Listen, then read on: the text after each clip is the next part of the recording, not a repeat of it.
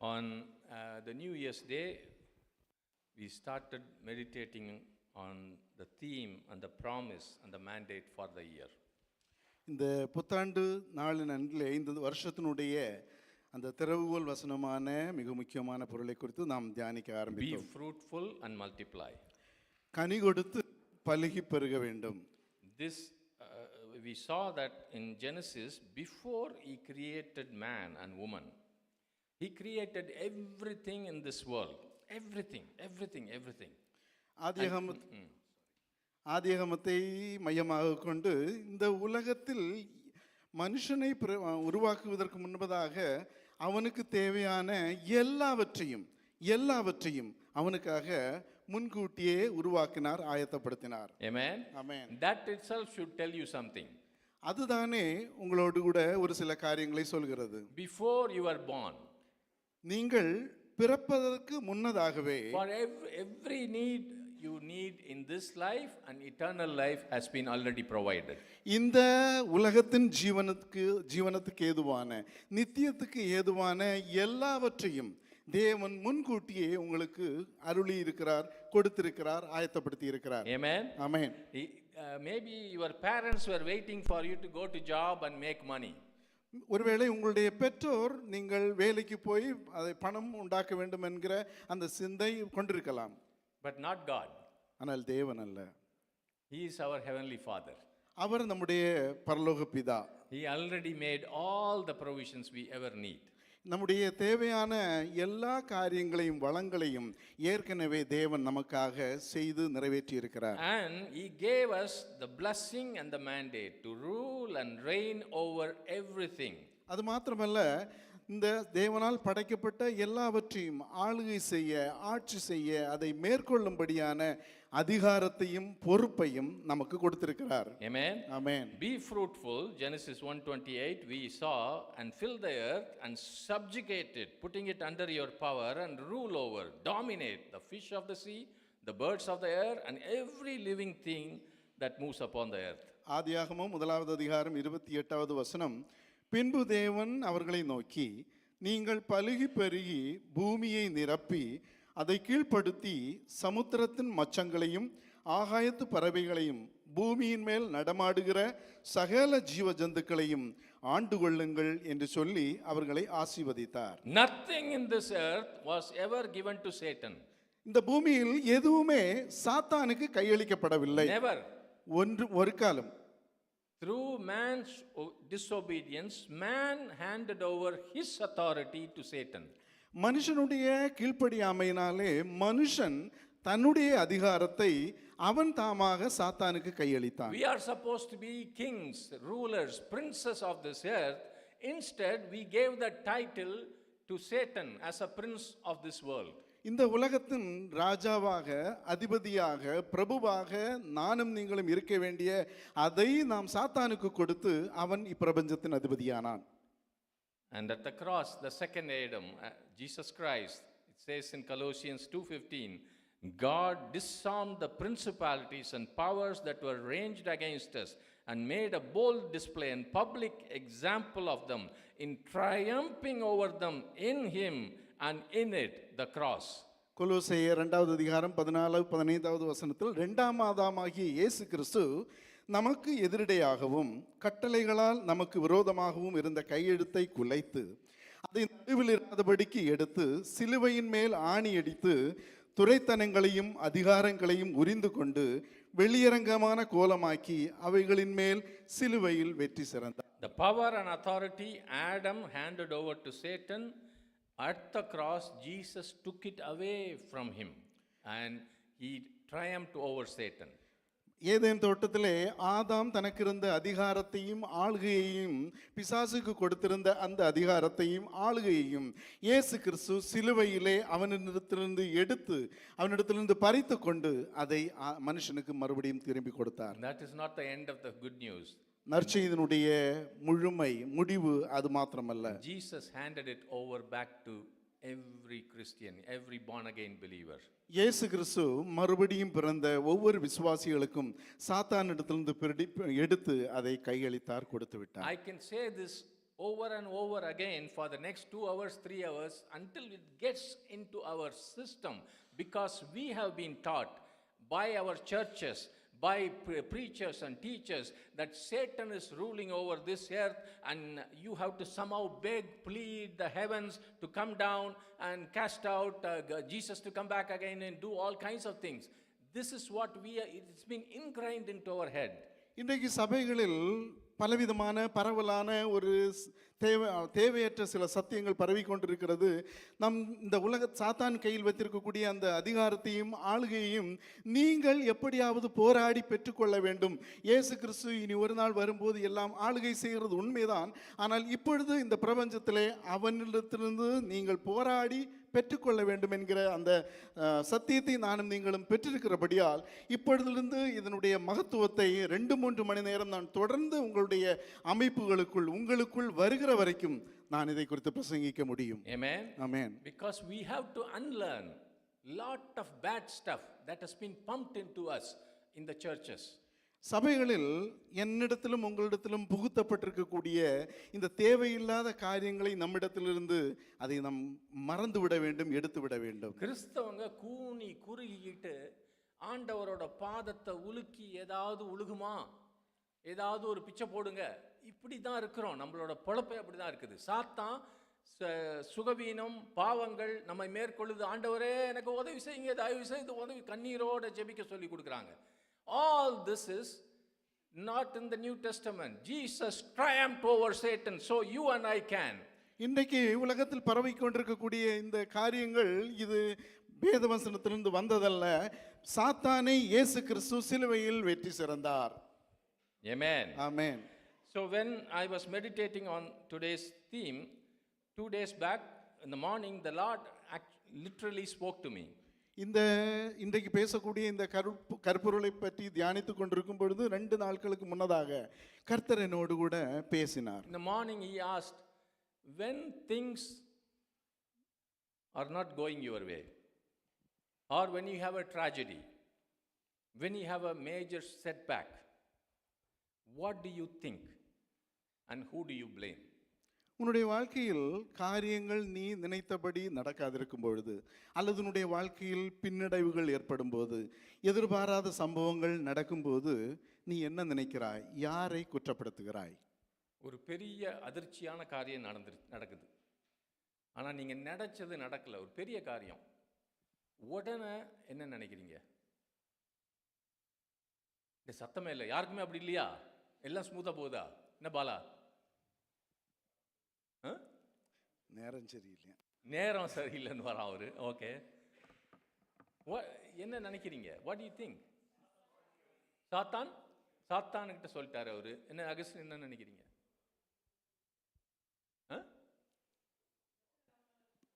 பிரச்சனை நினைக்கிறீங்க. பட்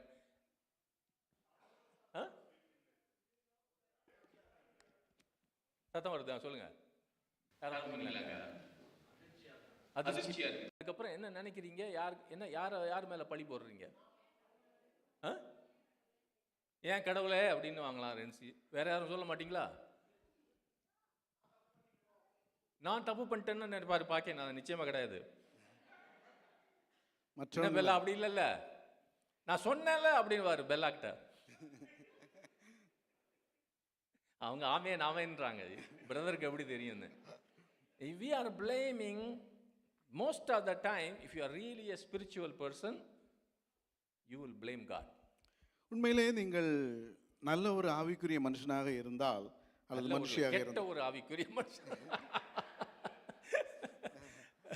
நீங்கள் முதிர்ச்சி அடையாத ஒரு ஆவிக்குரியவர்களாக இருப்பீர்களானால் நீங்கள் உண்மையிலேயே தேவனின் மேல் பழி போடுவீங்கள், தேவனை குற்றம் சாட்டுவீர்கள். So when the Lord asked me, who do you complain about, I just didn't know what to say.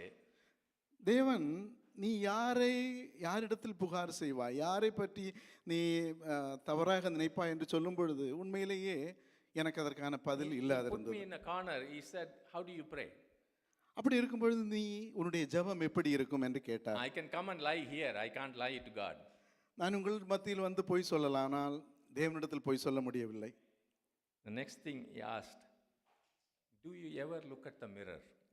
அடுத்த விஷயம், நீ எப்போதாவது உன்னை கண்ணாடியில் பார்த்திருக்கிறாயா? Do you ever think about your faith உன்னுடைய விசுவாசத்தை குறித்து மதிப்பீடு செய்திருக்கிறாயா? or your lack of faith?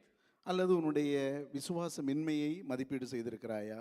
Do you ever think that is the reason? ஒருவேளை அதுதான் காரணமாக இருக்குமா என்று எப்பொழுதாவது சிந்தித்ததுண்டா? Rather than you are asking, Lord, why did you allow this to happen? Do you ever ask, why did I allow this to happen? ஆண்டவரே, நீர் ஏன் என்னுடைய வாழ்க்கையில் அனுமதித்தீர் என்று கேட்பதற்கு பதிலாக, ஆண்டவரே, ஏன் என்னுடைய வாழ்க்கையில் நான் இந்த தவறை செய்தேன் என்று நான் ஏன் இதை அனுமதித்தேன்னு என்னைக்காவது கேட்கறியான்னு கேட்டார் ஆண்டவர். எத்தனை பேர் கேட்டிருக்கீங்க? ஏதாவது ஒரு பாவம் செஞ்சிருந்தா ஓகே கேட்பீங்க. பட் ஒன்றும் நீங்கள் நல்லா ஆண்டவருக்குள்ளே இருக்கீங்க, உங்களுக்கு தெரிஞ்ச ஒரு பாவம் பகிரங்க பாவம்லாம் இல்லை, எல்லாத்துக்கும் மன்னிப்புலாம் கேட்டாச்சு. Then even then something bad happens, immediately you think somebody did this or God allowed it. Why did you allow this to happen? Some theology, all kinds of theology these churches teach. God allowed this to happen. அப்படி எல்லாம் சுமூகமாக போய்கொண்டிருக்கும் பொழுது, உங்களுடைய வாழ்க்கையில் எதிர்பாராத ஒரு சம்பவம் வரும்பொழுது, அநேக காரியங்களை நீங்கள் மற்றவர்கள் மேல் பழி போடுகிறீர்கள், அல்லது கற்றுக்கொண்டிருக்கக்கூடிய பலவிதமான அந்த இறையியலை வைத்து நீங்கள் சிந்திக்க ஆரம்பிக்கிறீர்கள். Amen. Amen. So today we are in the right place. இன்றைக்கு நாம் சரியான இடத்தில் வந்திருக்கிறோம். Turn with me to Romans 5:17. ரோமர் 5வது அதிகாரம் எடுத்துக்கொள்வோம். Romans 5:17. ரோமர் 5வது அதிகாரம் 17வது வசனம். We are all going to read this and memorize it. இந்த வசனத்தை நாம் எல்லாரும் வாசித்து மனப்பாடம் செய்ய போகிறோம். எல்லாரும் வாசிப்போமா? ரோமர் 5:17. அல்லாமலும் ஒருவனுடைய மீறுதலினாலே அந்த ஒருவன் மூலமாய் மரணம் ஆண்டு கொண்டிருக்க, கிருபையின் பரிபூர்ணத்தையும் நீதியாகிய ஈவின் பரிபூர்ணத்தையும் பெறுகிறவர்கள் இயேசு கிறிஸ்து என்னும் ஒருவராலே ஜீவனை அடைந்து ஆளுவார்கள் என்பது அதிக நிச்சயமாமே. ஆமென். எல்லாரும் ஆமென் சொல்லுங்க. ஆமென். அதிக நிச்சயம்னா ஆமென் ஆமென்னு சொல்லணும். ஆமென். ஆமென். ஆமென். Correct. Brothers and sisters, one word from God can change your life completely. அன்பான சகோதரனே சகோதரி, தேவனிடத்திலிருந்து வருகிற ஒரு வார்த்தை உங்களுடைய வாழ்க்கையை தலைகீழாக மாற்றிவிடும். One word can change your life instantly. ஒரு வார்த்தை உங்களுடைய வாழ்க்கையை உடனடியாக மாற்றிவிடும். There can be a revelation that can just take over your life. ஒருவேளை அது ஒரு வெளிப்பாடாக உங்களை ஆட்கொள்கிறதாக இருக்கலாம், ஆக்கிரமிக்கிறதாக இருக்கலாம். This this verse will both encourage you and challenge you. அந்த வசனம் உங்களை ஊக்கப்படுத்தும், அதே நேரத்தில் உங்களுக்கு அது சவால் கொடுக்கிறதாக. I came across many men of God. There was a simple pastor in Singapore, simple guy. This verse changed his life so much that from 2,000 members in the church, within 3-4 years, they became 30,000 members in that church. அநேக தேவனுடைய மனுஷர்களை நான் சந்தித்திருக்கிறேன், அவருடைய அனுபவங்களை கேட்டிருக்கிறேன். சிங்கப்பூரில் ஊழியம் செய்து கொண்டிருக்கக்கூடிய ஒரு ஒரு ஊழியக்காரர் அவருடைய சபையில் 2000 விசுவாசிகளை வைத்திருந்தார். இந்த வசனத்தை வாசித்து தியானித்ததிலிருந்து அவருடைய வாழ்க்கையின் மாற்றம் 30,000 விசுவாசிகளாக அந்த சபை மாறியது. Man, let me explain this verse. Before you accepted Jesus Christ, were you a sinner? இந்த வசனத்தை நாம் கொஞ்சம் தியானிக்கலாம். இயேசு கிறிஸ்துவை சொந்த இரட்சகராக ஏற்றுக்கொள்வதற்கு முன்னதாக நீங்கள் பாவிகளாக இருந்தீர்களா? ஒன்றும் சத்தமே இல்லை. Were you a sinner before you accepted Christ? இயேசு கிறிஸ்துவை ஏற்றுக்கொள்வதற்கு முன்னதாக பாவிகளாக இருந்தீங்களா? பாவியா இருந்தானே கை தூக்குங்க. இப்போ இல்லை, இயேசுவை ஏற்றுக்கொள்ள முன்னாடி. Okay. Why were you a sinner? அப்படியானால் ஏன் பாவிகளாக இருந்தீங்க? ஏன் பாவியா இருந்தீங்க? பிசாசின் ஆளுகைக்குள் இருந்தார். அதுதான் பாவின்னு அர்த்தம். ஏன் இருந்தீங்க பாவி? தெரியாம இருந்தீங்க. அறியாம இருந்தாரா? அவருக்கு தெரியல, அவருக்கு அறியல. வேற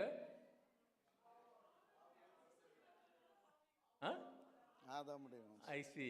வேற பாவம் செஞ்சதுனால அப்படியா பாக்கினது? பாவ சுவாபமே. யாரை சொல்றீங்க இப்ப? யார் மேல பழி போடணும் இப்ப அடுத்தது? எத்தனை பேர் பாவம் செஞ்சதுனால நான் பாவியா இருந்தேன்னு நினைக்கிறீங்க? I sinned because of that I am a sinner. நான் பாவம் செய்ததுனால இப்போ அன்னைக்கு பாவியாக இருந்தேன். எத்தனை பேர் நினைக்கிறீங்க? எத்தனை பேர் நினைக்கிறீங்க அப்படி? ஏன்னா ஒரு மாதிரி இப்படி தான் தூக்குனேன். பாவம் செஞ்சதுனால பாவியா இருந்தேன்னு நினைக்கிறவங்க கை தூக்குங்க பார்க்கலாம். மற்றவங்க எல்லாம் பாவியாவே இல்லையா?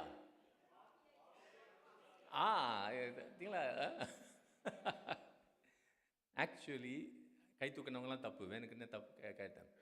We were all born sinners. We did not become a sinner because we sinned. We were born sinners. நாம் பாவம் செய்ததுனால நாம் பாவிகள் ஆகல, நாம் பாவிகளாகவே பிறந்ததினால் பாவம் செய்கிறோம். The depth of this verse is, as soon as you are, even before you are born, Bible says, in my mother's womb I was conceived in sin. இந்த வசனத்தினுடைய இன்னும் ஆழமாக போவோம் என்றால், நாம் பிறக்கும் முன்னதாகவே, நான் என் தாயின் கற்பத்தில் உருவாவதற்கு முன்னதாகவே நான் பாவியாக இருந்தேன். Amen. ஆமென். பச்சை புள்ள பிறந்திருக்குல்ல, அது என்ன? பாவி. அதனால போய் ஹாப்பி பர்த்டே சொல்லும்போது ஹாப்பி பர்த்டே பாவின்னு சொல்லாதீங்க. பட் அதான் உண்மை. உண்மையா இல்லையா அது? நல்லா அதை ஞாபகம் வச்சுக்கோங்க.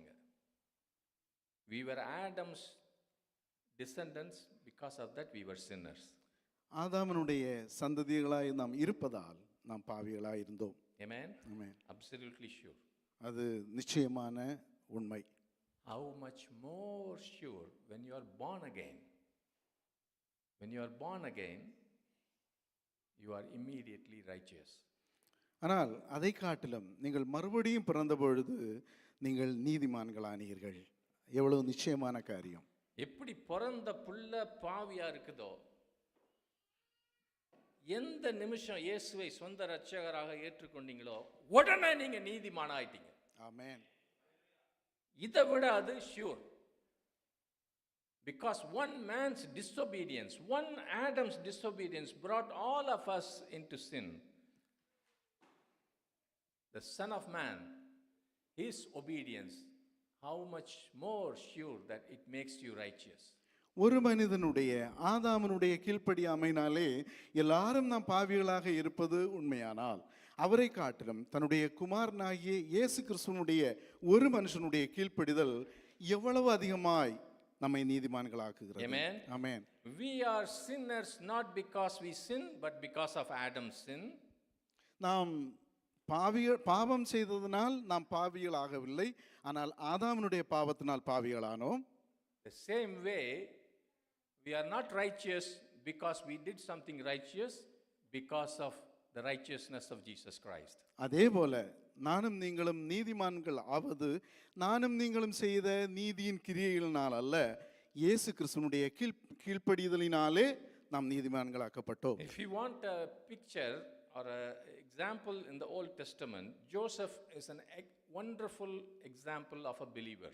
நீங்கள் புரிந்து கொள்வதற்கு ஏதுவான ஒரு படத்தை நீங்கள் விரும்புவீர்களானால், எதிர்பார்ப்பீர்களானால், பழைய ஏற்பாட்டில் யோசேப்பினுடைய வாழ்க்கை அது ஒரு அடையாளம். Joseph, 1 minute he was a slave, he was in prison. ஒரு தருணம் யோசேப்பு அடிமையாக இருந்தான், சிறைச்சாலையில் இருந்தான். He was bound, he was in jail, he was also a slave. அவன் கட்டப்பட்டிருந்தான், சிறைச்சாலையில் இருந்தான், அதே நேரம் அடிமையாக இருந்தான். 1 second later, ஒரு நிமிடத்திற்கு பின்பு he was a prime minister ruling and reigning under Pharaoh. பார்வோனுடைய கீழ் அந்த நாட்டை ஆளுகிற பிரதம மந்திரியாக மாற்றப்பட்டான். Amen. Amen. Amen. Amen. Did he go step by step? படிப்படியாக ஒவ்வொரு நாளும் அப்படி போக வேண்டியதா இருந்ததா? Did he do anything for Pharaoh?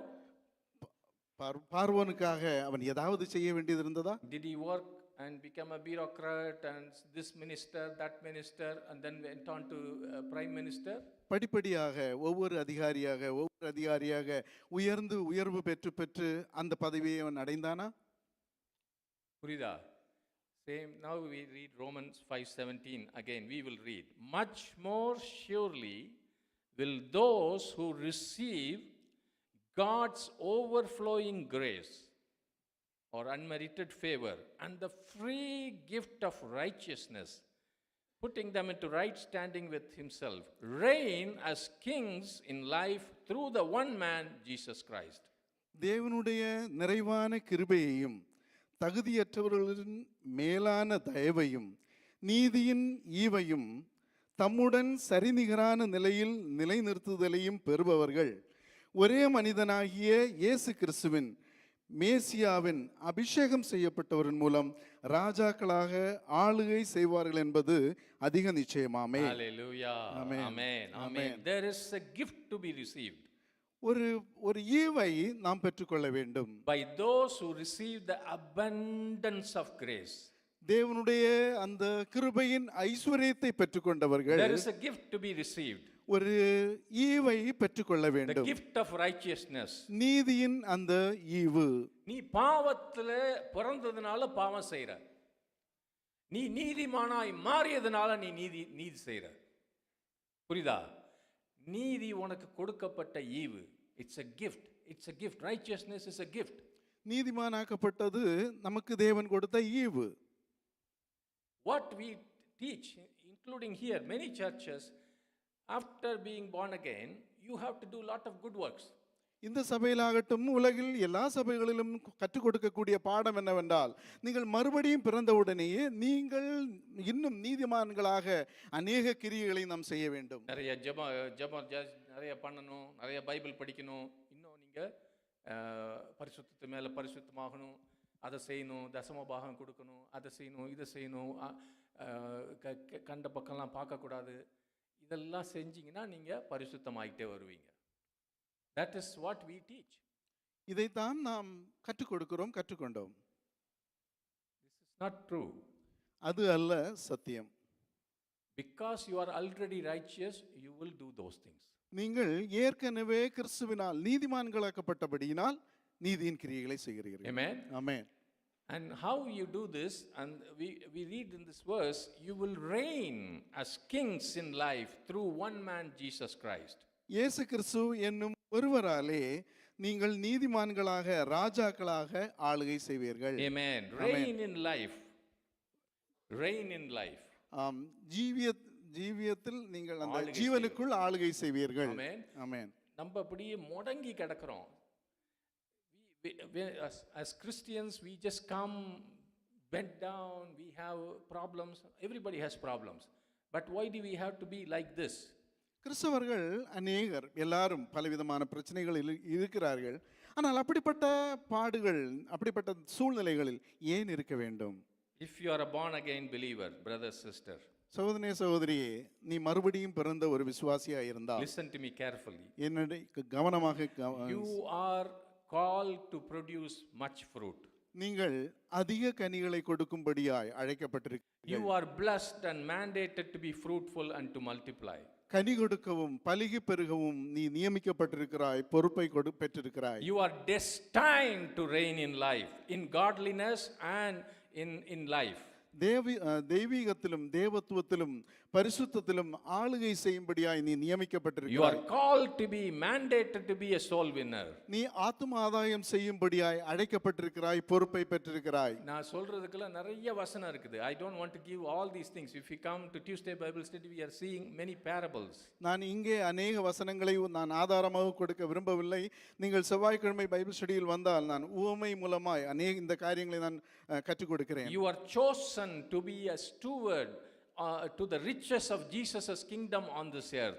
இந்த பூமியில் இயேசு கிறிஸ்துவினுடைய ராஜ்யத்தின் உக்ரானக்காரனாக நீ நியமிக்கப்பட்டிருக்கிறாய். Every believer, Jesus has already given his riches and he has gone up. He is not here, he has gone up.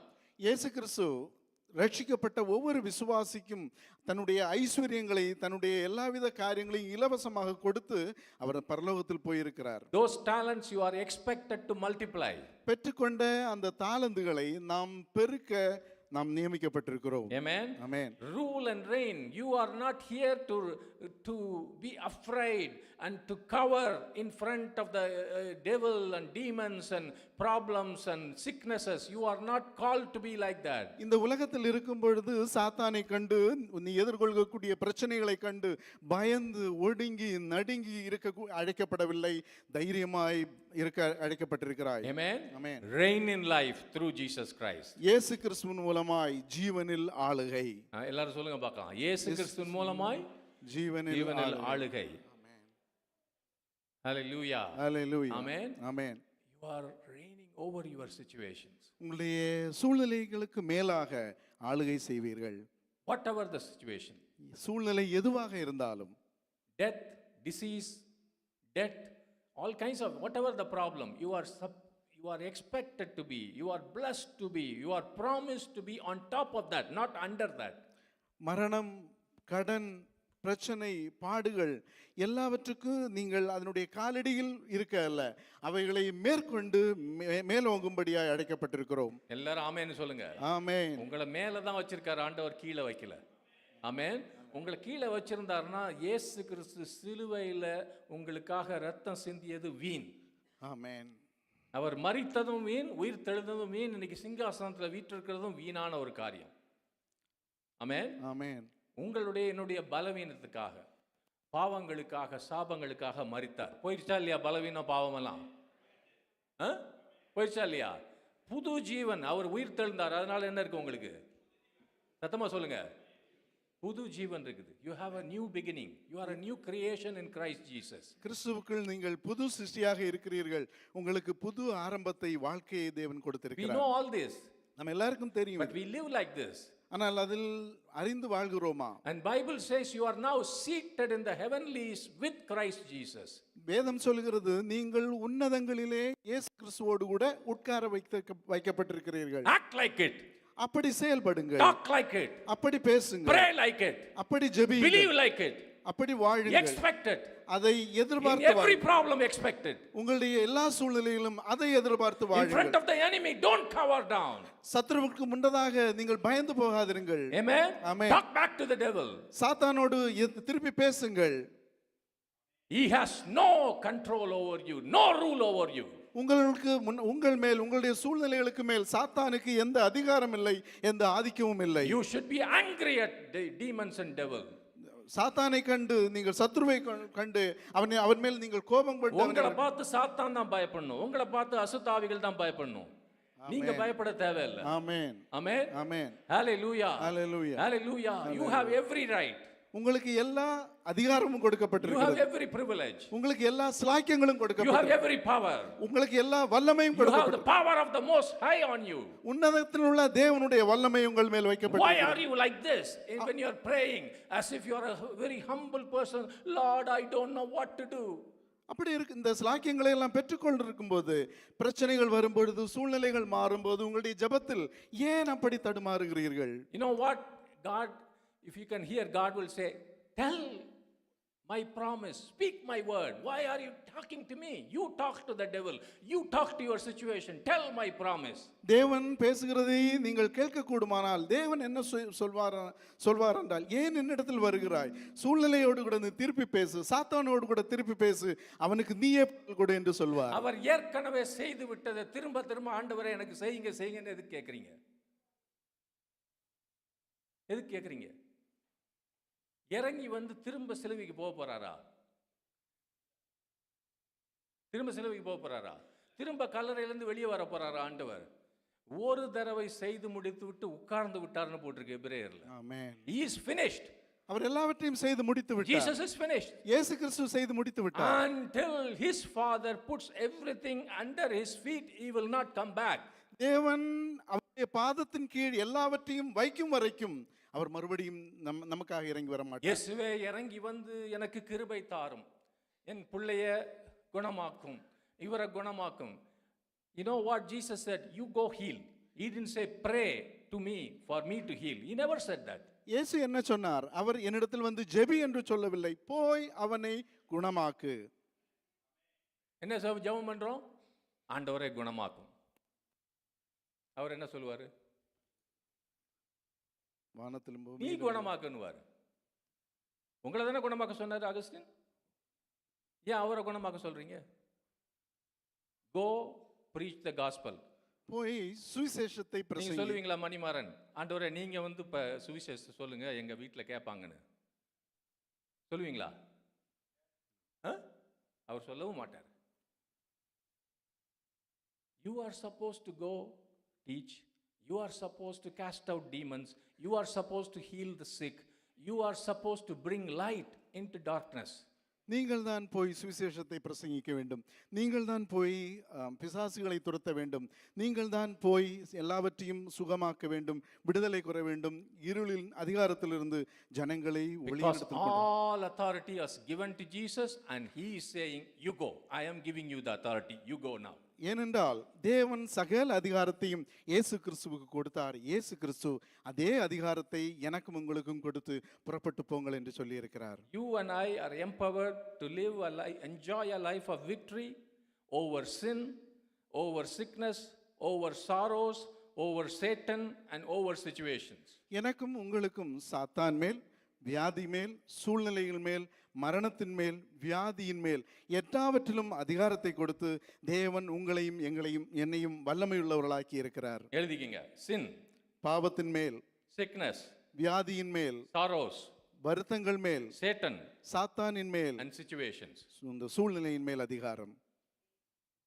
இந்த 5க்கு மேல யாருக்கு அதிகாரம் இருக்குது? எனக்கு அதிகாரம் இருக்கிறது. இந்த 5 காட்டுங்க பார்க்கலாம். அதான் அந்த கை, உங்களுக்கு அதிகாரம் இருக்குது. ஆமென். ஆமென். அதுக்கு தான் 5 காரணம் சொன்னேன். எல்லா சூழ்நிலைக்கு மேலாக, எல்லா பாவத்துக்கும் மேலாக, எல்லா வியாதிகளுக்கு மேலாக, சத்ருவின் எல்லா சதிகளுக்கு மேலாக உங்களுக்கு அதிகாரம் கொடுத்திருக்காரு. ஆமென். ஹalleluya. ஹalleluya. கொஞ்சம் நல்லா சத்தமா ஹalleluya சொல்லுங்க பார்க்கலாம். ஹalleluya. விசுவாசிக்கிறவங்க மாத்திரம் ஹalleluya சொல்லுங்க பார்க்கலாம். ஹalleluya. ஆமென். ஆமென். It is not our Lord's desire that you and I live a life of mediocrity, defeat, poverty and failure. நம்முடைய வாழ்க்கையின் தோல்வியோடு கூட, நடுத்தன்மையோடு கூட, ஒரு நடுத்தன்மையின் வாய்ந்த அல்லது பலவீனத்தோடு கூட வாழ்கிற வாழ்க்கையை தேவன் எனக்கும் உங்களுக்கும் நியமிக்கவில்லை. அனலும் இல்லாமல் குளிரும் இல்லாமல் இருக்கிறவன என்ன செய்வேன்னார் ஆண்டவர்? வாந்தி பண்ணுதல். வாந்தி. சபையில் எவ்வளோ பேர் அப்படி இருக்காங்க? இந்த சத்தமே இல்லை. இந்த சபையில் மாத்திரம் இல்லை, உலகத்தில் இருக்க சபைகள் வாரத்துக்கு ஒரு தடவை 1 hour, அதில் 15 minutes லேட். கரெக்டா? வெற்றி மேலே வெற்றி. மற்ற நேரம் என்ன செய்கிறாங்கன்னு தெரியாது. இதுக்கு பேர் அனலா குளிரா? ஆக்சுவலி அவங்க சபைக்கு வராமல் இருந்தாச்சும் யாராவது அவங்களுக்கு போய் சுவிசேஷம் சொல்லுவாங்க. If they are not coming to church, you will go and tell gospel to them because you will think they are not born again. They come to church once a week. அவர்கள் ஆலயத்துக்கு வருகிறார்கள், ஆனால் அவர்கள் ஆலயத்துக்கு வராதிருப்பார்களானால் யாராவது விசுவாசிகள் That is what that verse says. I wish you were hot or cold. Either way I can help you. அதுதான் அந்த வசனம் சொல்கிறது. ஒருவேளை நீ அனலாவது அல்லது குளிராவது இருந்தால் நலமாக இருக்கும். அப்படியானால் உனக்கு நான் அதற்கான காரியங்களை செய்திருப்பேன். Jesus spoke that verse in Revelation. வெளிப்படுத்தின விசேஷத்தில் இயேசு அந்த வசனத்தை சொன்னார். I will spit you out. நான் உன்னை வாந்தி பண்ணி போடுவேன். Spit you out. வாந்தி பண்ணி போடுவேன். He is going to do that. அதை செய்ய போகிறார். For many millions of Christians he is going to do that. அநேக கோடிக்கணக்கான கிறிஸ்தவர்களுக்கு இயேசு கிறிஸ்து அதை செய்ய போகிறார். People who are sleeping, who just sit and rub the chair. This is my chair. I come and sit, go. That's what he is going to do. சபையில் வந்து சேரை தேய்த்து கொண்டு எழும்பி போகிற விசுவாசிகளுக்கு தேவன் அதைத்தான் செய்வார். All through the week it is one defeat after another, one complaint after another, murmuring, fighting, up and down. வாரம் முழுவதும் மேலும் கீழும் போய் ஒவ்வொரு பிரச்சனைக்கு மேல் இனி ஒரு பிரச்சனை, அப்படியே வாழ்க்கை போய் கொண்டிருக்கிறது. Please tell, this is not God's will. தயவு செய்து சொல்லுங்கள், இது அல்ல தேவனுடைய சித்தம். ஆமென். ஆமென். ஆண்டவரோட சித்தம் மாத்திரம் இல்லை, ஆண்டவர் உங்களுக்கு வைத்திருக்கிற ஆசீர்வாதமும் அது கிடையாது. அனலும் இல்லாமல் குளிரும் இல்லாமல் இருப்பதற்காக இயேசு கிறிஸ்து தன்னுடைய இரத்தத்தை சிந்திப்பாரா? யோசிச்சு பாருங்க. விலையேற பெற்ற இரத்தம், எல்லாவற்றுக்கும் மேலானவர் தன்னுடைய மகிமையை துறந்து கீழே வந்து, இந்த ஆள் வாரத்தில் ஒரு நாள் வந்து இந்த சீட்டில் உட்காந்துட்டு போகிறதுக்காக வந்து அங்கேருந்து ரத்தத்தை Chhindwara? Chhindwara? He wants us to be, he has made us as victors to reign in life. வாழ்க்கையில் நாம் வெற்றி மேல் வெற்றி அடைய, நாம் வெற்றி சிறந்தவர்களாக தேவன் நம்மை God உருவாக்கி wants every believer to bear fruit in his vineyard, in his harvest field, winning thousands for the kingdom of God. தேவன் தன்னுடைய தோட்டத்தில் கனி கொடுக்கிறவர்களாக, தன்னுடைய பண்ணையில் வேலை செய்கிறவர்களாக தேவன் திரளான ஆட்களை This is நியமித்திருக்கிறார். the first and God's best for you.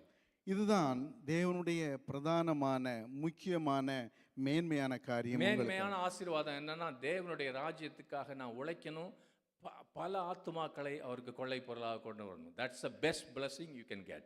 அதுதான் நானும் நீங்களும் பெறக்கூடிய மிகவும் முக்கியமான ஆசீர்வாதம். ஆமென். ஆமென். நான் பெற்றுக்கொள்கிறேன்னு சொல்லுங்க ஆண்டவர்கிட்ட. ஆமென். இந்த வருஷத்துல 100 மடங்காய் ஆண்டவர் கொடுக்கணும் நமக்கு. ஆமென். Hallelujah. ஹல்லேலூயா. Secondly, இரண்டாவதாக, if you are a businessman, God wants you to have a prosperous business. ஒருவேளை நீங்கள் தொழில் அதிபர்களாக இருப்பீர்களானால் உங்களுடைய தொழிலை தேவன் ஆசீர்வதிக்க விரும்புகிறார். If you are a homemaker, you are anointed to bring up wonderful children in the Lord. நீங்கள் வீட்டிலே குடும்பஸ்திரியாக இருப்பீர்களானால் நீங்கள் உங்களுடைய பிள்ளைகளை உன்னதமான தேவ பிள்ளைகளாக மாற்ற உங்களை அபிஷேகித்திருக்கிறார். If you are a student, ஒருவேளை நீ மாணவனாக you இருப்பாயானால் are blessed to excel in all your examinations and come on top of your class. உன்னுடைய தேர்வில் மேன்மை அடைந்து விருத்தி அடைந்து உன்னுடைய வகுப்பில் முதல் மாணவனாக வர தேவன் விரும்புகிறார். If you are trusting God for a new job or a new career, God doesn't just want you to have a job, God wants you to have a wonderful career. நீ ஒருவேளை புது தொழில் செய்ய அல்லது புது வேலையை நீ தேடிக்கொண்டிருப்பாயானால் ஏதோ ஒரு வேலையை அல்ல, உன்னதமான ஒரு வேலையை கொடுக்க தேவன் விரும்புகிறார். He wants everyone here, whether you are working in Musafa industry or bank or wherever, God wants you to have a place of influence, a position where you can influence and impact people and bring them to the saving knowledge of Jesus Christ. இந்த இடத்தில் உட்கார்ந்திருக்கிற ஒவ்வொருவரையும், ஒருவேளை நீங்கள் முசஃபா தொழிற்சாலையில் வேலை செய்து கொண்டிருக்கலாம், அல்லது பேங்கில் வேலை செய்து கொண்டிருக்கலாம், அல்லது எந்தெந்த இடங்களில் நீங்கள் இருப்பீர்களோ அந்த இடத்திலே அநேகரை ஆதாயப்படுத்த, அநேகருக்கு ஆசீர்வாதமாய், அநேகருடைய வாழ்க்கையை செழிப்புள்ளவர்களாக்கும்படியாய் தேவன் உங்களை நியமித்திருக்கிறார். Amen. ஆமென். கையை உயர்த்தி சொல்லுங்க, I will be a blessing and an asset to my company or organization. நான் வேலை செய்கிற ஸ்தாபனத்தில் ஒரு சொத்தாக, ஒரு ஆசீர்வாதமாக, ஒரு செல்வாக்கு நிறைந்தவனாக நான் இருக்கிறேன். Amen. Amen. Hallelujah. Hallelujah. Whatever your vocation is, you are destined to reign in life because Jesus is the Lord of your life. உன்னுடைய தொழில் எதுவாக இருந்தாலும், நீ எதற்காக நியமிக்கப்பட்டிருக்கிறாயோ அதில் நீ மேன்மை உள்ளவனாக, அதிலே நீ ஆசீர்வதிக்கப்பட்டவனாக இருக்க நீ அழைக்கப்பட்டிருக்கிறாய். ஏனென்றால் உன்னுடைய கர்த்தராகிய இயேசு கிறிஸ்து. Then you may ask, brother, why am I not reigning in life, ruling in life? அப்படியானால் ஒருவேளை நீங்கள் கேட்கலாம், சகோதரனே, நான் ஏன் என்னுடைய வாழ்க்கையில் ஆளுகை செய்ய முடியவில்லை? When I reflect on my own life, Christian walk for many years, and through my interaction with many Christians, I have come to understand that a lot of Christians are not reigning in life, but they are reigned over by life. என்னுடைய கிறிஸ்தவ வாழ்க்கையின் என்னுடைய அனுபவத்திலாகட்டும், நான் சந்தித்த அந்த ஊழியக்காரர்கள், விசுவாசிகளுடைய அவர்களோடு கூட நான் இடைப்பட்ட காரியத்திலாகட்டும், நான் கற்றுக்கொண்ட காரியம் என்னவென்றால், அவர்கள் கிறிஸ்துவில் ஆளுகை செய்வதற்கு பதிலாக வாழ்க்கை அவர்களை ஆளுகை செய்து கொண்டிருக்கிறது. உண்மையா இல்லையா?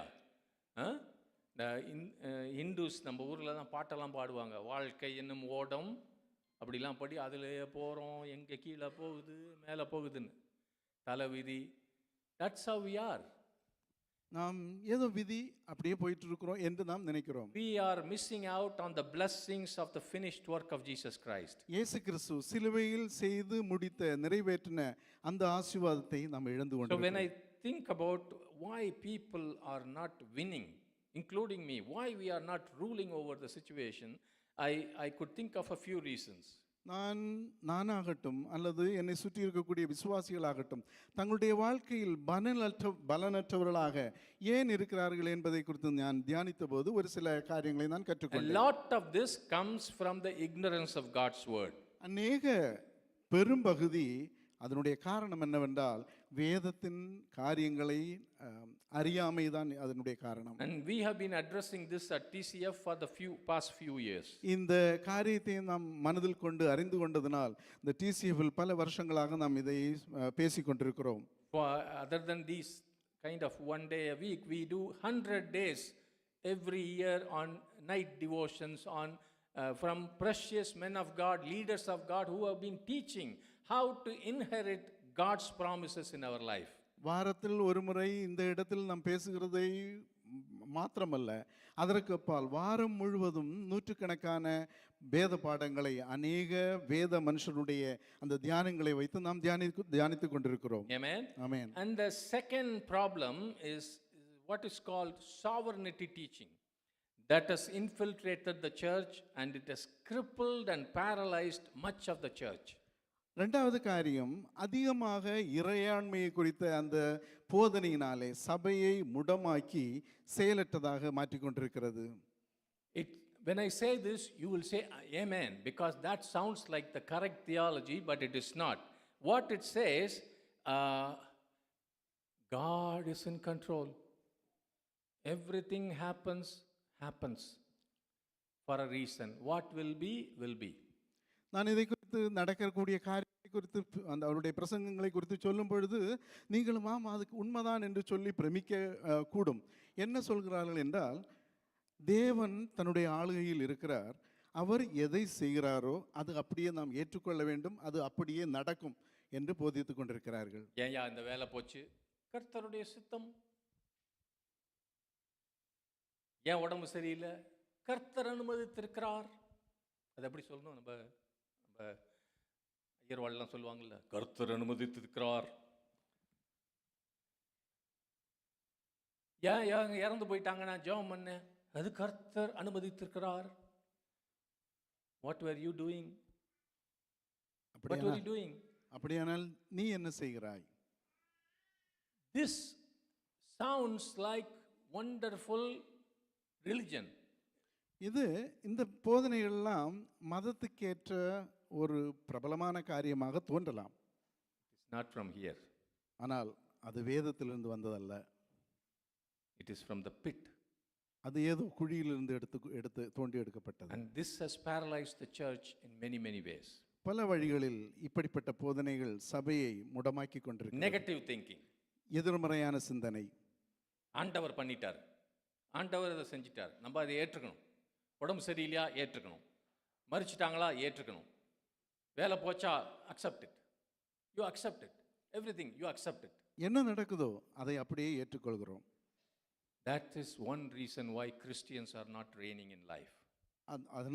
அது இன்னொரு காரணம், கிறிஸ்தவர்கள் ஏன் ஜீவனில் ஆளுகை செய்ய முடியவில்லை. The third reason is Christians are not reigning because of guilt. மூன்றாவது காரணம் ஏன் கிறிஸ்தவர்கள் அவர்கள் ஜீவனில் ஆளுகை செய்ய முடியவில்லை, அவர்கள் குற்ற மனசாட்சி உள்ளவர்களாக இருக்கிறார்கள். Guilt and feelings of unworthiness. நான் எதற்கும் தகுதி உள்ளவன் அல்ல என்கிற குற்ற மனப்பான்மை. Some of us feel we have no right to expect anything, or we have no right to act in a proactive way to rule and reign. நான் தேவனிடத்திலிருந்து எதையும் பெற தகுதியற்றவன், அல்லது நடக்கக்கூடிய காரியங்களுக்கு முன் உதாரணமாக முன் எச்சரிக்கையாக செயல்பட என்னால் முடியாது என்கிற எண்ணம். We are just going to let life happen. வாழ்க்கையில் என்ன நடக்கிறதோ அதை அப்படியே விட்டு விடுவது. அடுத்த வருஷம் உங்களுக்கு என்ன ஆக போகுது? What is going to happen next year to you? அடுத்த வருஷம் உங்களுடைய வாழ்க்கையில் என்ன நடக்க போகிறது? What do you want? என்ன நீங்கள் எதிர்பார்க்கிறீர்கள்? What do you want? உங்களுக்கு என்ன வேணும்? என்னதான் நடக்கும்? நடக்கட்டுமே. What will be, will be. எது நடக்குதோ பின்னால போயிட வேண்டியது. Is this right? அதுதான் சரியா? Is this Bible? அதுதான் வேதத்தின் அடிப்படையானதா? Is this what you are ruling and reigning over your life? உங்களுடைய வாழ்க்கையில் ஆளுகை செய்கிற ஆட்சி செய்கிற முறைமை இதுதானா? You may say, exactly, I don't know, I want to know God's will. That is all okay. எனக்கு ஒருவேளை சொல்லலாம், எனக்கு ஒன்றும் தெரியல, தேவனுடைய சித்தம் என்னவென்று நான் அறிய விரும்புகிறேன். அது சரிதான். That's okay.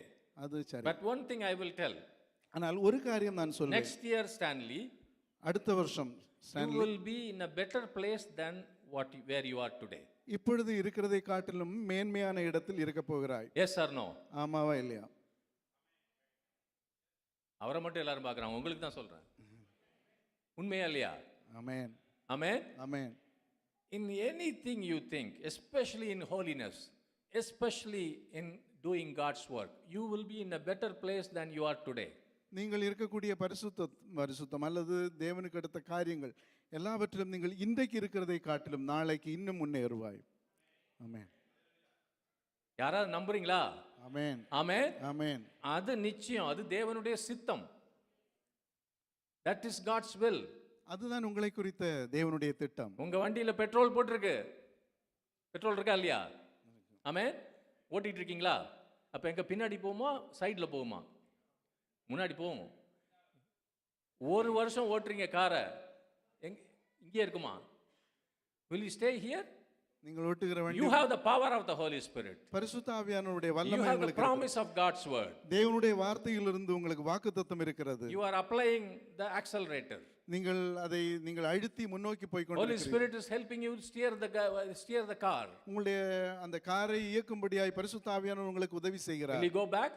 பின்னால போவீங்களா? Will you stay in the same place? இருக்கிற இடத்துல அடுத்த இருப்பீங்களா? வருஷம் எங்க இருப்பீங்க? கொஞ்சம் சத்தமா சொல்லுங்க. அந்த பக்கம் சத்தமே இல்லை. அடுத்த வருஷம் எங்க இருப்பீங்க? வெற்றிமணி இன்னும் மேல இருப்போம். ஹalleluya. ஆமென். இது சத்தியம். This is the truth. This is God's truth. இதுதான் தேவனுடைய சத்தியம். This is what reigning in life means. இதுதான் ஜீவனில் ஆளுகை செய்வதனுடைய அர்த்தம். Believe it, விசுவாசியுங்கள், expect it, எதிர்பாருங்கள், receive it, அதை பெற்றுக்கொள்ளுங்கள், enjoy it. அதை அனுபவியுங்கள். Amen. Amen. You will not be the tail, you will be the head. நீங்கள் வாலாக இருக்க மாட்டீர்கள், தலையாக இருப்பீர்கள். Every young student, you have to expect, மாணவர்கள் நீங்கள் எதிர்பார்க்க வேண்டும், I will be better than today. இன்றைய காட்டிலும் நாளைக்கு நான் இன்னும் சிறந்தவனாக இருப்பேன். Nobody taught me this when I was a student. நான் மாணவனாக இருக்கும்போது யாரும் எனக்கு இதை கற்றுக் கொடுக்கவில்லை. So when I got born again, I was a very average student. நான் மறுபடியும் பிறந்த அந்த நாட்களில் மிகவும் சராசரி மாணவனாக இருந்தேன். I had only one piece of paper. எனக்கு ஒரு பேப்பர் மட்டும்தான் இருந்தது. I had 10 semesters. I was in first semester. எனக்கு 10 செமஸ்டர், அதில் முதல் செமஸ்டரில் இருந்தேன். I think I got 70%. அதில் நான் 70% மார்க் எடுத்தேன். I was not happy. அதில் நான் திருப்தி அடையவில்லை. I was not a great student, but I said I am a Christian now. நான் அன்னைக்கு ரொம்ப பிரபலமான மாணவனாக இல்லை, ஆனால் நான் இன்றைக்கு கிறிஸ்தவன் I am a என்கிறேன். Christian. நான் கிறிஸ்தவன் என்கிறேன். I told the Lord I have to keep going up because I am your testimony. நான் இன்னும் முன்னேறி செல்ல வேண்டும் என்று நான் ஆண்டவரிடத்தில் சொன்னேன். ஏனென்றால் நான் உமக்கு சாட்சியாக இருக்க I விரும்புகிறேன். told the Lord, my family is Hindu.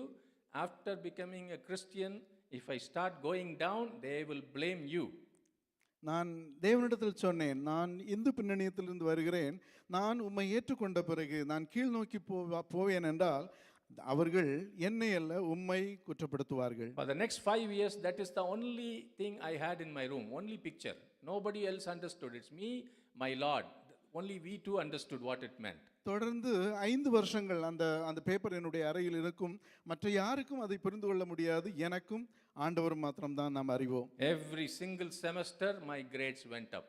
ஒவ்வொரு செமஸ்டரிலும் என்னுடைய கிரேட் முன்னோக்கி போய் I கொண்டிருந்தது. kept putting that line. நான் முன்னேறி போக என்னுடைய அந்த லைனை போட்டுக்கொண்டு Nobody taught me like this here. இந்த இடத்தில் இப்படிப்பட்ட அந்த ஒரு கருத்து யாரும் எனக்கு சொல்லிக் கொடுக்கவில்லை. That is how you have to think. இப்படிதான் நீங்கள் நினைக்க வேண்டும். Next year your marks, your rank will be much better than this year. இந்த வருஷத்தை காட்டிலும் அடுத்த வருஷம் உங்களுடைய மதிப்பெண், ரேங்க், தரம் இன்னும் முன்னேற வேண்டும். Amen. Amen. Because you have something better than anybody else. ஏனென்றால் மற்றவர்களை காட்டிலும் உங்களுக்குள் விசேஷித்த ஒன்று இருக்கிறது. You have the Holy Spirit. உங்களுக்குள் பரிசுத்த ஆவியானவர் இருக்கிறார். Same thing in your career. Those who are working. வேலை செய்கிற உங்களுடைய அந்த தொழிலை பற்றியும். Next step. அடுத்த படி. Amen. Amen. You don't have to jump up and down. Every promotion I got in my job, they gave. I did not apply. உங்களுடைய வேலையில் உயர்வுக்காக நீங்கள் மேலும் கீழும் குதிக்க வேண்டிய தேவையில்லை.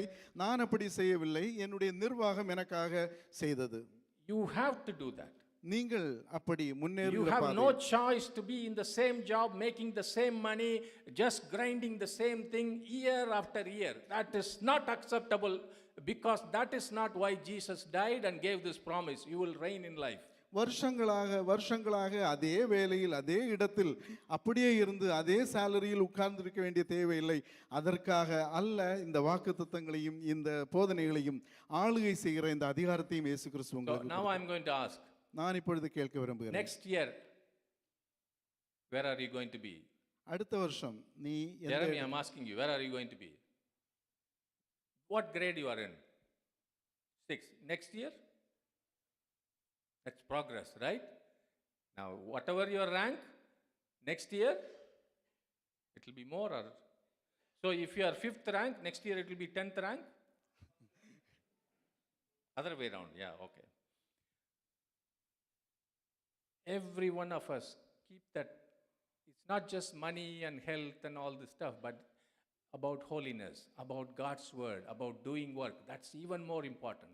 நம்ம ஒவ்வொருவரும் நம்முடைய மனதில் நம்முடைய மனக்கண் முன்னதாக இதை வைக்க வேண்டும். நம்முடைய வேலையில் அல்லது நம்முடைய பணத்தில் அல்லது நம்முடைய மற்ற அனுபவத்தில் மாத்திரமல்ல, ஆவிக்குரிய ஒவ்வொரு காரியங்களிலும் நாம் முன்னேறி செல்ல வேண்டும். இன்னைக்கு காலையில் மூப்பர்கள் டீக்கன்ஸ்லாம் சேர்ந்து ஜெபம் பண்ணோம்.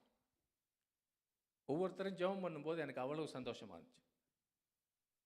பிகாஸ் அந்த மாதிரி அவங்க ஜெபம் பண்ணி நான் முன்னாடி பார்த்ததில்லை. The prayer life has changed. ஜெப வாழ்க்கை மாறியது. I literally killed myself for Daniel fast, but it is worth it. நான் அந்த தானியேல் உபவாசத்தில் என்னை நான் ரொம்ப அதிகமாக வருத்திக் கொண்டேன். ஆனால் அதற்கான பலன் நான் பார்த்தேன். Just for one person to pray like that, that's enough. அதனாலே ஒரு மனிதன் ஜெபிக்க கற்றுக்கொண்டால் அது போதுமானது. ஆனா ஆண்டவர் மேல இருந்து பார்க்கறாரு பாருங்க நம்ம எல்லாரையும். நாளைக்கு இதை விட நல்லா இருந்தீங்கன்னா ஆண்டவருக்கு எவ்வளவு நல்லா இருக்கும். ஆமென். ஆமென். இவனுக்காக நான் ரத்தம் சிந்தினது நல்லது. மேலே போயிட்டு இருக்கார், ஆளுகை செய்து கொண்டிருக்கிறார். ஆமென். ஹல்லேலூயா. ஏதாவது கம்ப்ளைண்ட் இருக்கா? கம்ப்ளைண்ட் இருக்கா? இருக்குல்ல, எனக்கு இது இல்லை அது இல்லைன்னு. Jesus says, I given you everything. You take care of the complaint. இயேசு சொன்னார், உங்களுக்கு இருக்கக்கூடிய பிரச்சனைக்கு பரிகாரமாக எல்லாவற்றையும் நான் உனக்கு கொடுத்திருக்கிறேன். கொஞ்ச நேரம் அந்நிய பாஷையில் போய் ஜெபம் பண்ணி பாருங்க, பாருங்க போகுதா இல்லையான்னு. ஆமென். ஆமென். விசுவாசத்தில் ஒரு ஸ்தோத்திரம் செலுத்துங்க, ஆண்டவருக்கு நல்லா நன்றி, இப்பயே நன்றி பலி செலுத்துங்க. போகுதா இல்லையான்னு பாருங்க. சத்துரு ஓடுவான். ஆமென். கதவுகள் திறக்கும், வாசல்கள் திறக்கும், எதிரி ஓடுவான், நிச்சயமா ஓடுவான். Try it, it's all in your hand. எல்லாம் உங்களுடைய கையில் கொடுக்கப்பட்டது. மேலே இருந்து ஒரு தேவ தூதர்களை அனுப்பு, அதெல்லாம் எப்பயாவது பண்ணுவாரு. இப்ப எல்லா அதிகாரமும் எல்லா வல்லமையும் ஏற்கனவே உங்க கையில கொடுத்துருக்குது. எத்தனை பேர் கையில பைபிள் இருக்கு? பைபிள் இருக்கவங்க தூக்குங்க பார்க்கலாம் பைபிள. இதை விட வேற வேணுமா? இயேசுவோட சீஷர்கள் கையில கூட இல்லை தெரியுமா உங்களுக்கு பைபிள்? பேதுரு யோவான்கிட்ட கூட கிடையாது. ஒவ்வொரு ஆலயத்திலையும் ஒரு பைபிள் வச்சிருப்பாங்க. அதை போய் நின்று இயேசு கையில் இல்லை, அங்கே போய் நின்று படிக்கணும். How much privilege we have, how much power he has given us, how much authority he has given us, how many privileges he has given us. தேவன் எனக்கும் உங்களுக்கும் எவ்வளவு சாக்கியங்களை கொடுத்திருக்கிறார், எவ்வளவு அதிகாரத்தை கொடுத்திருக்கிறார், எவ்வளவு வல்லமையை கொடுத்திருக்கிறார், எவ்வளவு சாதகமான சூழ்நிலையை கொடுத்திருக்கிறார். ஹல்லேலூயா. ஒரே ஒரு வசனம் முடிச்சிட்டு முடிப்போம். Galatians 4:1. கலாத்தியர் 4வது அதிகாரம் 1வது வசனம். எல்லாரும் சேர்ந்து வாசிப்போம். கொலோசையர் Galatians 4:1. கலாத்தியர் 4வது அதிகாரம் 1வது வசனம். எல்லாரும் சேர்ந்து வாசிக்கலாம். பின்னும் நான் சொல்லுவது என்னவெனில், சுதந்திரவாளியானவன் எல்லாவற்றுக்கும் எஜமானனாய் இருந்தும் அவன் சிறு பிள்ளையாயிருக்கும் காலமளவும் அவனுக்கும் அடிமையானவனுக்கும் வித்தியாசம் இல்லை. புரியுதா? நல்லா திருப்பி படிங்க. பின்னும் நான் சொல்லுகிறது என்னவெனில், சுதந்திரவாளியானவன் எல்லாவற்றுக்கும் எஜமானனாய் இருந்தும் அவன் சிறு பிள்ளையாய் இருக்கும் அளவும் அவனுக்கும் அடிமையானவனுக்கும் வித்தியாசம் இல்லை. நீங்க எல்லாவற்றுக்கும் அதிபதி. சுதந்திரவாளினா சொத்து எல்லாம் உங்க கையில இருக்குது. ஆனா என்ன விஷயம், இப்ப சின்ன பிள்ளையா இருக்கிறதுனால அடிமையா இருக்கிறீங்க இல்லையா? சின்ன பிள்ளை பிறந்திருக்கு, ஷேக்குக்கோ பெரிய ராஜாவுக்கு ஒரு சின்ன பிள்ளை பிறந்திருக்கு. அதுக்கு என்னன்னே தெரியாது அதிகாரம்னா இல்லையா? எவனாவது போற வர வேலைக்காரெல்லாம் தலையை தட்டிட்டு போவான், பண்ணுவானா இல்லையா? ஆமென். ஏன் இன்னைக்கு ஆள முடியல? சின்ன பிள்ளைங்களா இருக்கும். வசனத்தை வாசிங்க. இந்த வசனத்துக்குள்ள போகும்போது, ஆழத்துக்குள்ள போகும்போது நீங்களும் நானும் ஆளுகை செய்ய ஆரம்பிக்க போறோம். ஆமென். எல்லாரும் கரங்களை உயர்த்தி ஆண்டவருக்கு நன்றி செலுத்துவோம். ஜெபம் பண்ணுங்க ராஜ்.